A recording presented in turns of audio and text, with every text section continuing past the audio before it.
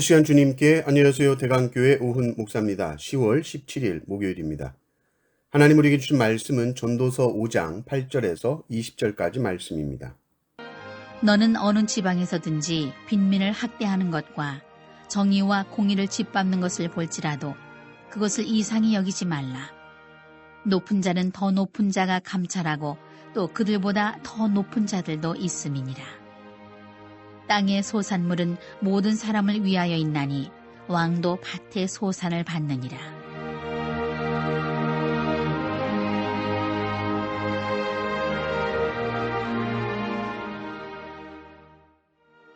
은을 사랑하는 자는 은으로 만족하지 못하고 풍요를 사랑하는 자는 소득으로 만족하지 아니하나니 이것도 헛되도다. 재산이 많아지면 먹는 자들도 많아지나니 그 소유주들은 눈으로 보는 것 외에 무엇이 유익하랴. 노동자는 먹는 것이 많든지 적든지 잠을 달게 자거니와 부자는 그 부유함 때문에 자지 못하느니라. 내가 해 아래에서 큰 폐단되는 일이 있는 것을 보았나니 곧 소유주가 재물을 자기에게 해가 되도록 소유하는 것이라.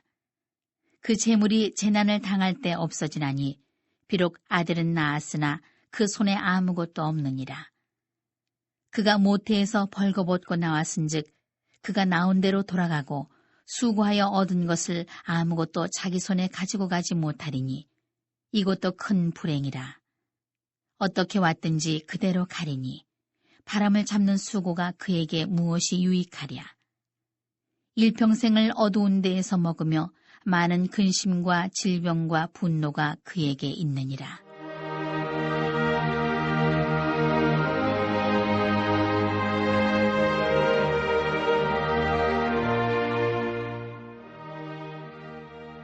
사람이 하나님께서 그에게 주신 바 그 일평생에 먹고 마시며 해 아래에서 하는 모든 수고 중에서 낙을 보는 것이 선하고 아름다움을 내가 보았나니 그것이 그의 몫이로다.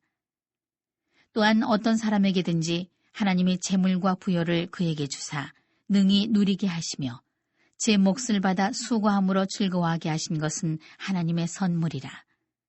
그는 자기의 생명의 날을 깊이 생각하지 아니하리니 이는 하나님이 그의 마음에 기뻐하는 것으로 응답하심이니라. 아멘. 자본주의 사회에서 돈은 하나님 자리에 있습니다. 전능하신 하나님보다 돈이 훨씬 더 능력이 있어 보이죠. 예수님께서도 사람들이 하나님 자리에 물질을 놓고 있는 것을 경고하셨습니다. 오늘 전도서 말씀을 보면 재물에 대하여서 여러 말씀들을 들려줍니다. 먼저 재물을 사랑하는 사람들은 결코 재물로 만족할 수 없다고 말하죠. 10절을 보십시오. 은을 사랑하는 자는 은으로 만족하지 못하고 풍요를 사랑하는 자는 소득으로 만족하지 아니하나니 이것도 헛되도다.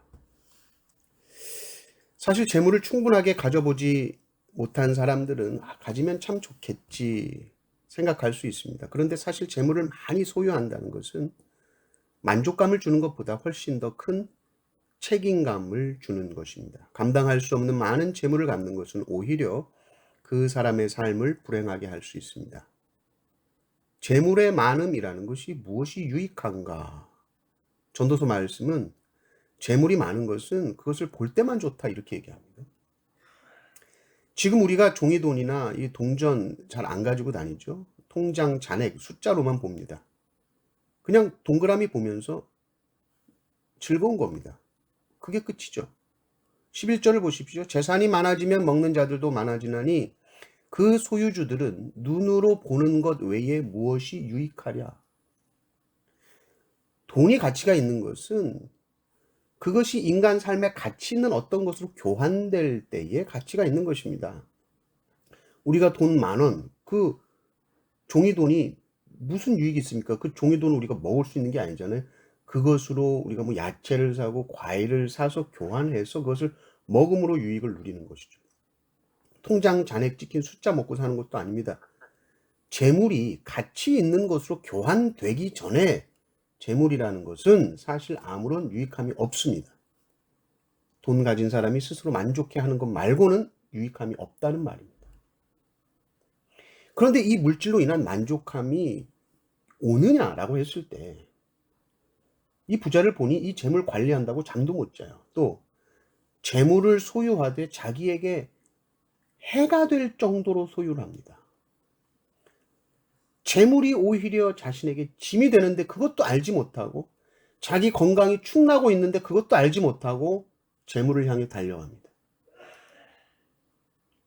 그러다 15절을 보십시오.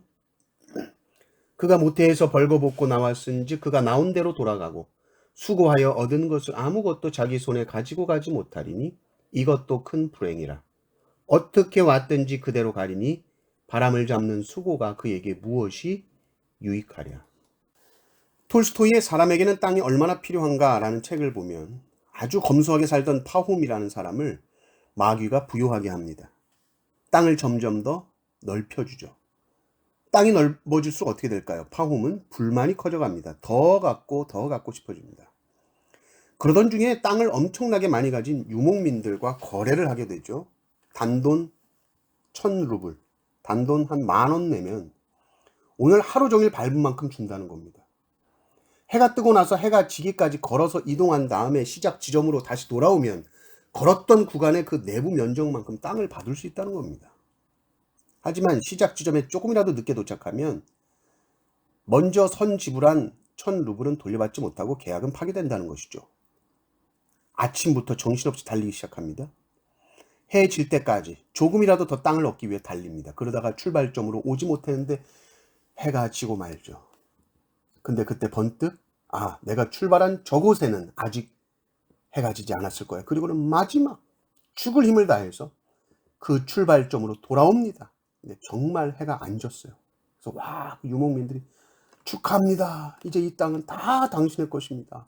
그리고 그 사람이 숨차서 죽죠. 그래서 결국 그 사람은 얼마만큼의 땅을 얻었는가? 그가 죽어 땅에 묻힌 그만큼 얻었다.